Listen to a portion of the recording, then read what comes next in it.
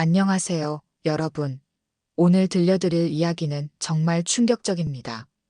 77세 박정순 할머니가 우연히 발견한 한 장의 신분증이 40년간 숨겨진 거대한 비밀을 드러내게 되는데요. 과연 할머니의 남편은 정말 사고로 세상을 떠난 걸까요? 아니면 그 뒤에 숨겨진 무서운 진실이 있는 걸까요? 시작하기 전에 구독과 좋아요 부탁드리고 끝까지 시청하시면 여러분도 깜짝 놀라실 거예요. 박정순 할머니, 올해 77세입니다.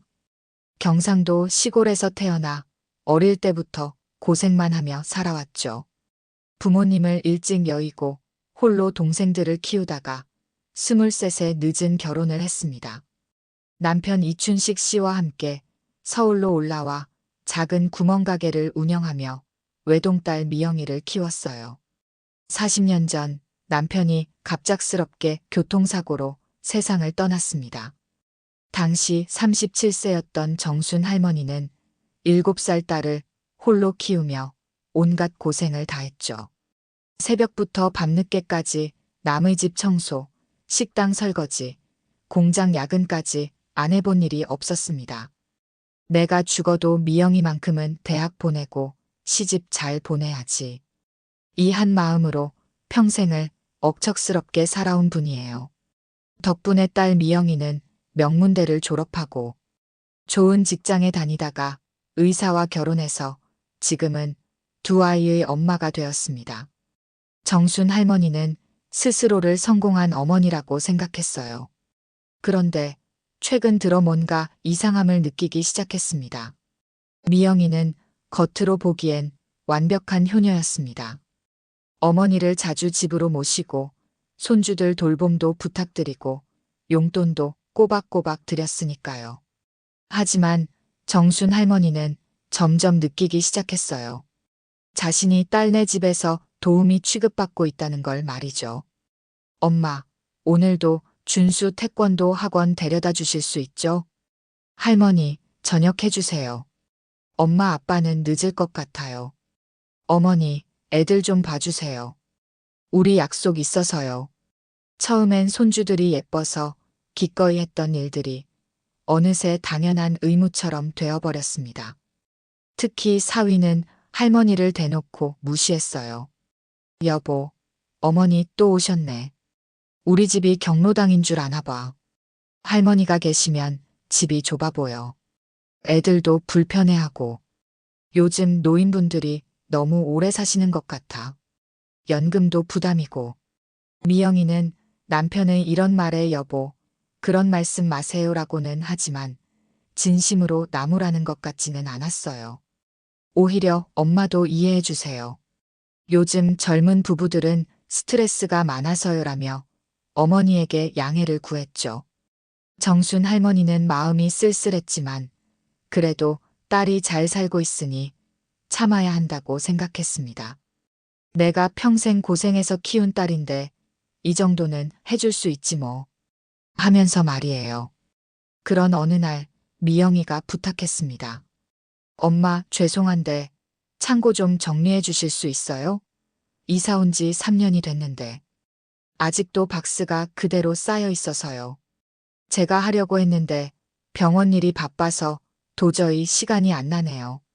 정순 할머니는 그래, 내가 해줄게라고 대답했죠.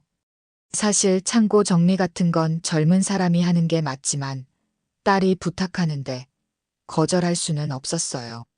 창고는 습하고 먼지투성이었습니다. 할머니는 마스크를 쓰고 하나하나 박스를 열어보기 시작했어요. 오래된 책들, 사용하지 않는 그릇들, 아이들 어릴 때 장난감들. 정리할 게 정말 많았습니다. 그런데 구석진 곳에서 낡은 여행 가방 하나를 발견했어요.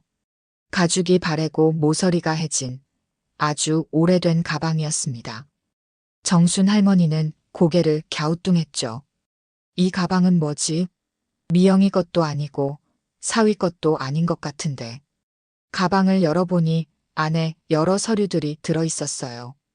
오래된 신문 스크랩들, 병원 진료 기록, 그리고 신분증 한 장이 나왔습니다.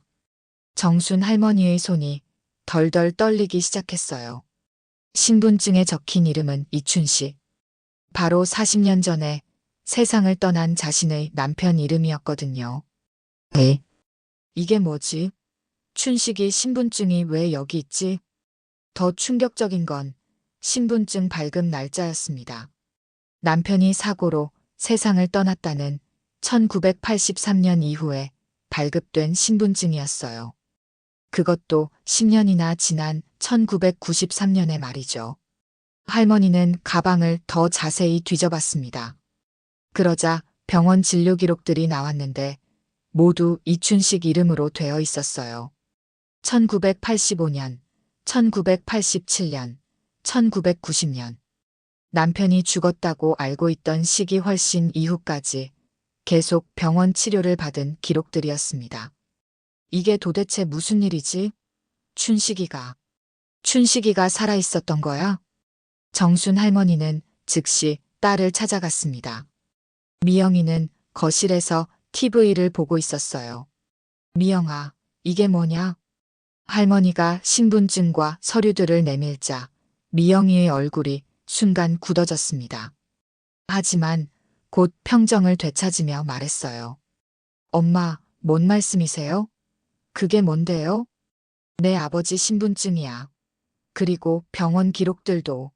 아버지가 죽었다고 했는데 왜 그 이후에도 계속 치료받은 기록이 있냐?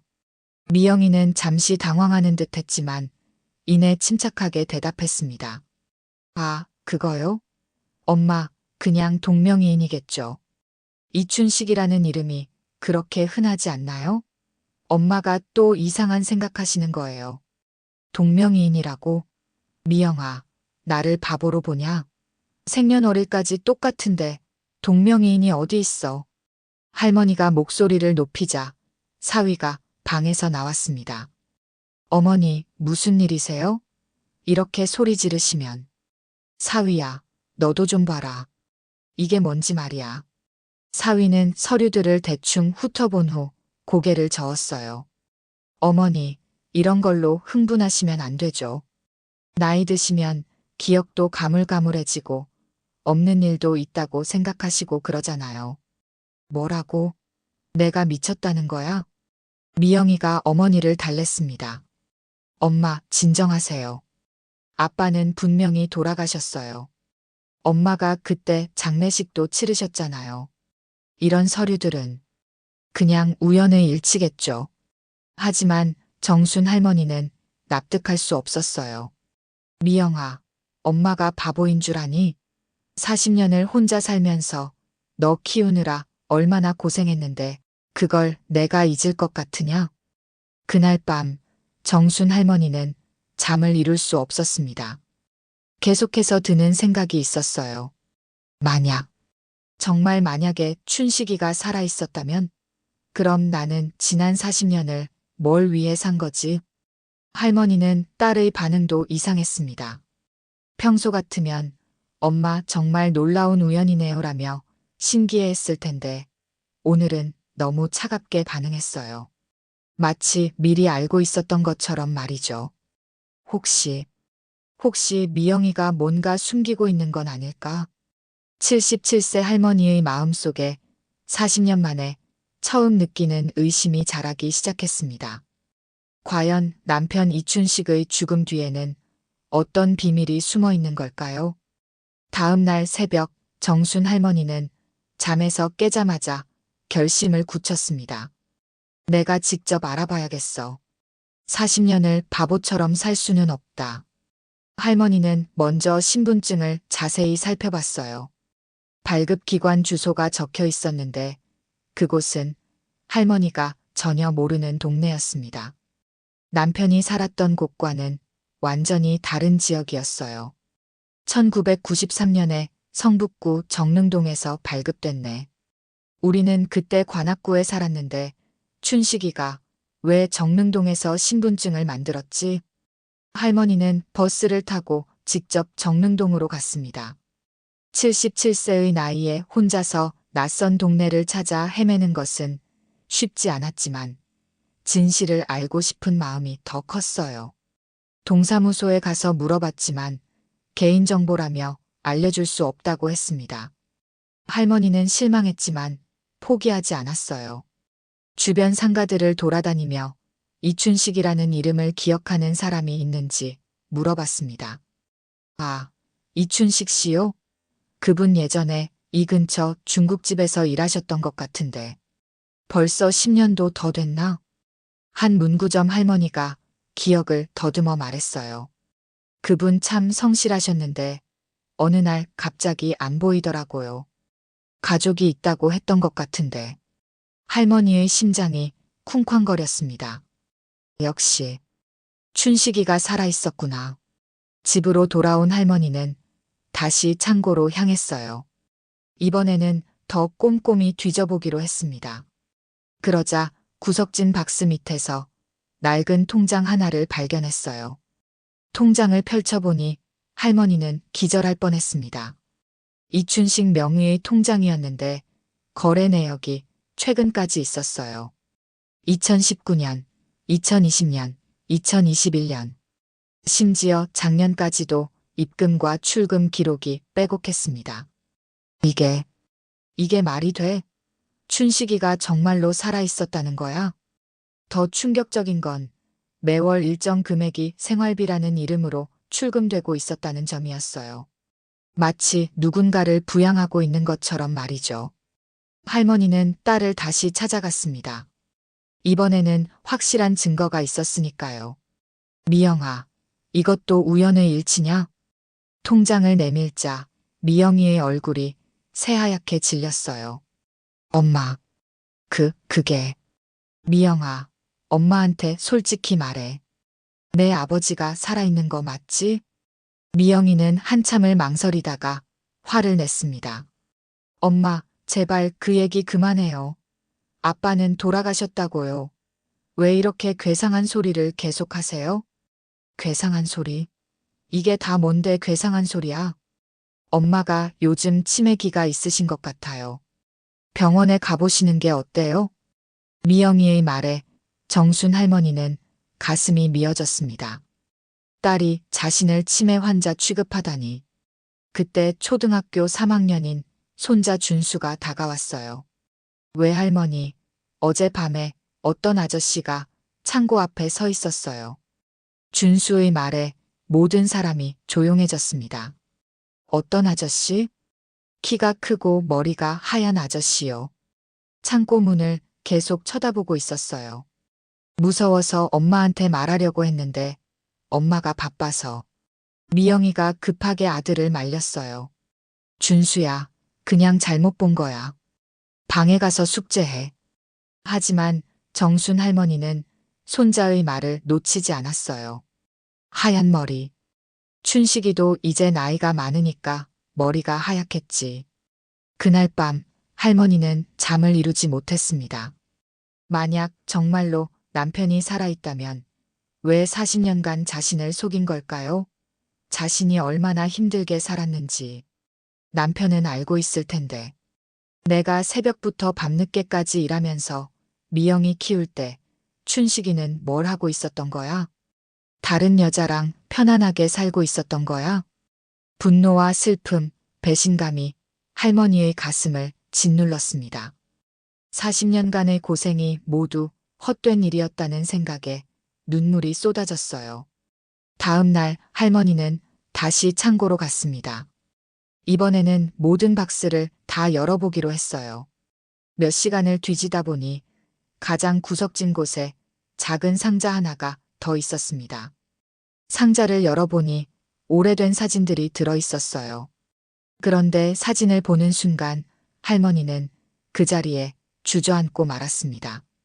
사진 속에는 분명히 남편 이춘식이 있었어요. 그런데 그 옆에는 정순 할머니가 아닌 다른 여자가 서 있었고 두 사람 사이에는 어린아이까지 있었습니다. 사진 뒷면에는 1985년 가족여행이라고 적혀 있었어요. 1985년. 그때는 남편이 죽었다고 알고 있던 시기 2년 후였습니다. 그 시기에 남편은 다른 여자, 다른 아이와 함께 가족여행을 다녔던 거예요. 할머니는 온몸이 떨렸습니다. 손에 든 사진이 떨어질 정도였어요. 춘식이가 다른 여자랑 살고 있었다는 거야?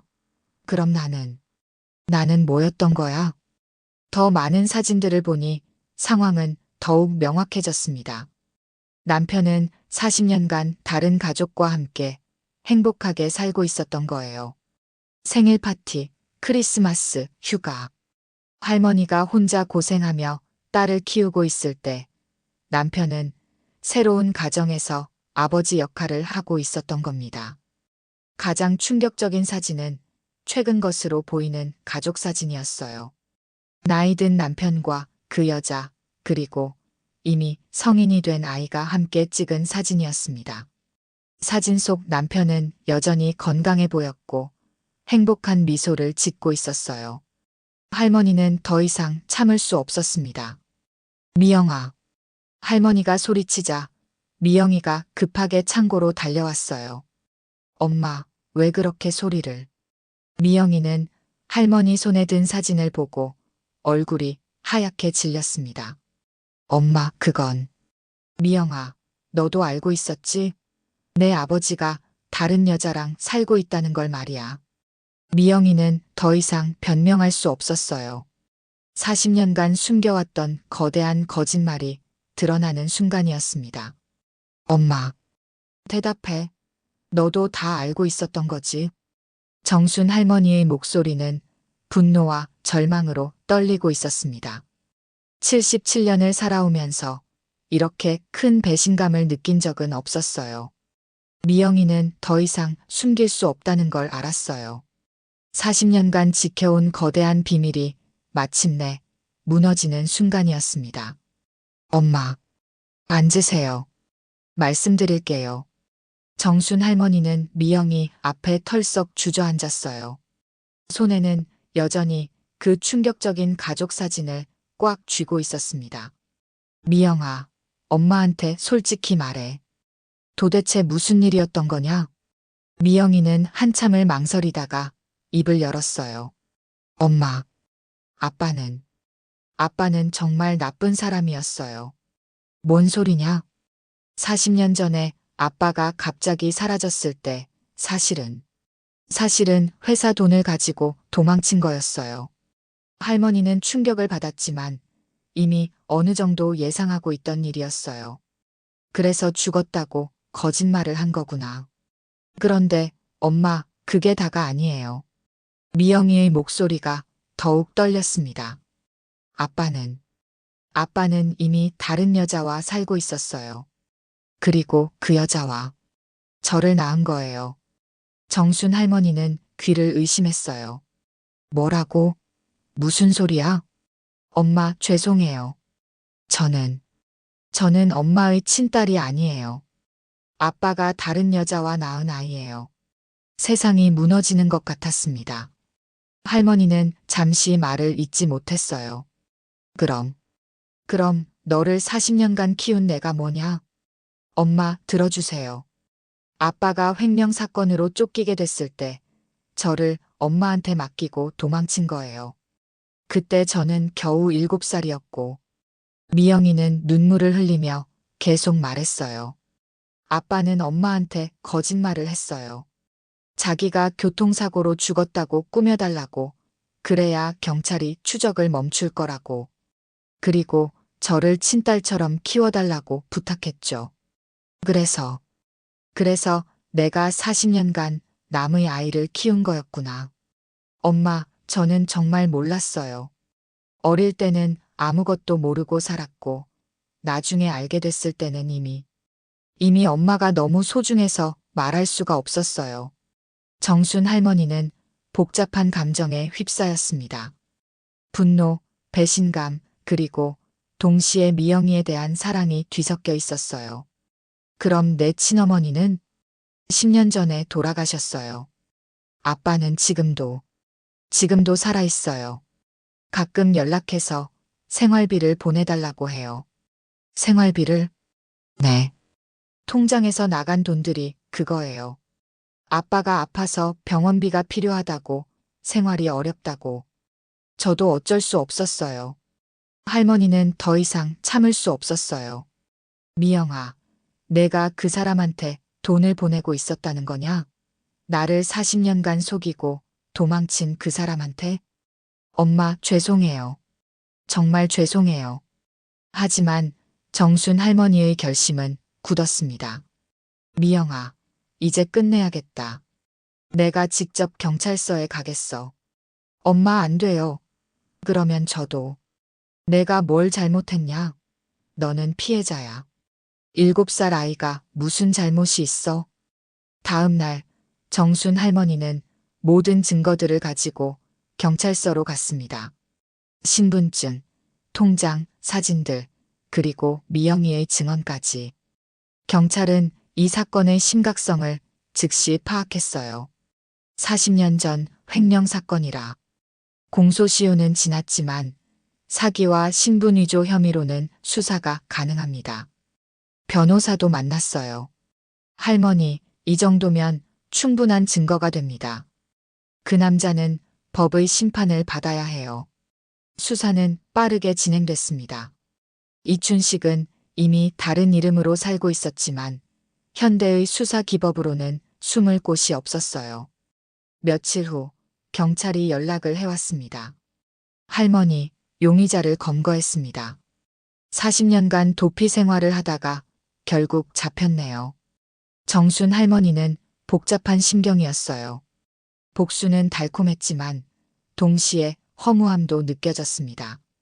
그 소식을 들은 미영이는 할머니 앞에서 무릎을 꿇었어요. 엄마, 제발. 저를 버리지 마세요. 미영이는 오열하며 말했습니다. 저에게는 엄마가 유일한 가족이에요. 핏줄은 아니지만 엄마라 믿고 살아온 40년이 제 인생의 전부예요. 엄마를 잃고 싶지 않아요. 정순 할머니는 미영이의 머리를 쓰다듬었어요. 일어나라, 미영아. 내가 무슨 잘못을 했다고 무릎을 꿇니? 엄마, 너는 내 딸이야. 핏줄이 아니라고 해서 40년간의 정이 사라지는 게 아니잖니? 할머니는 눈물을 흘리며 계속 말했어요. 오히려 고맙다. 내가 있어서 내가 이렇게 오래 살 수 있었어. 내가 없었다면 나는 진작 세상을 떠났을지도 몰라. 그때 손자 준수가 다가왔어요. 할머니는 준수의 손을 꼭 잡았습니다. 준수야, 할머니가 하는 말 잘 들어라. 네, 할머니. 핏줄보다 중요한 건 지켜야 할 마음이다. 사람은 혈연으로만 가족이 되는 게 아니야. 서로를 아끼고 사랑하는 마음이 진짜 가족을 만드는 거란다. 넌 꼭 그렇게 살아라. 알겠어요, 할머니. 그리고 거짓말은 언젠가는 들통나게 되어 있어. 아무리 오래 숨겨도 진실은 반드시 밝혀진다. 그러니 너는 항상 정직하게 살아야 한다. 준수는 고개를 끄덕였어요. 몇 달 후 이춘식은 법정에서 유죄 판결을 받았습니다. 사기, 신분위조, 그리고 40년간의 도피 생활에 대한 대가를 치르게 된 거죠. 정순 할머니는 그 소식을 담담하게 받아들였어요. 복수보다는 진실이 밝혀진 것에 안도감을 느꼈습니다. 미영이와의 관계도 오히려 더 깊어졌어요. 비밀이 사라지자 둘 사이에는 더 이상의 거짓이 없었고 진정한 모녀로 살아갈 수 있게 되었습니다. 어느 날 할머니는 다시 그 창고에 들어갔어요. 모든 진실이 밝혀진 그 여행 가방이 여전히 그곳에 있었습니다. 할머니는 가방을 바라보며 중얼거렸어요. 40년 만에 진실을 찾았구나. 늦었지만 그래도 다행이야. 가방 안에서 시작된 이야기가 마침내 끝을 맺는 순간이었어요. 여러분은 어떻게 생각하시나요? 77세 할머니의 용기 있는 선택, 40년간 숨겨진 진실, 그리고 혈연을 뛰어넘은 진정한 가족의 의미에 대해서 말이에요. 가족이란 무엇인지, 진실을 마주하는 용기가 얼마나 중요한지 생각해보는 시간이 되었으면 합니다. 오늘 영상이 도움이 되셨다면 구독과 좋아요 부탁드리고 여러분의 소중한 의견도 댓글로 남겨주세요.